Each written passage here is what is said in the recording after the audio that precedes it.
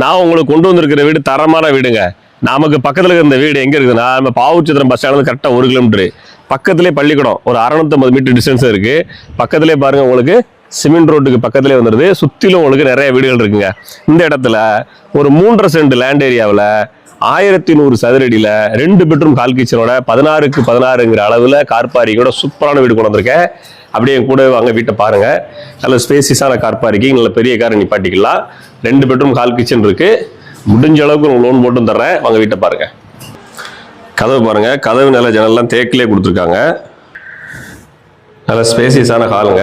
12க்கு 16ங்கிற அளவில் ஹால் இருக்கு. ஹால் நல்லா சிம்பிள் அண்ட் நீட்டாக ஸ்பேசியஸாக இருக்கு. பெட்ரூம் பாருங்க, 11க்கு 16ங்கிற அளவில் பெட்ரூம் இருக்குங்க. இந்த பெட்ரூமில் கூடவே அட்டாச் பாத்ரூம் வந்துடுது. பாத்ரூம் பார்த்தீங்கன்னா ஒரு வெஸ்டர்ன் டைப் டாய்லெட்டுங்க. நல்ல ஒரு அருமையான வீடு.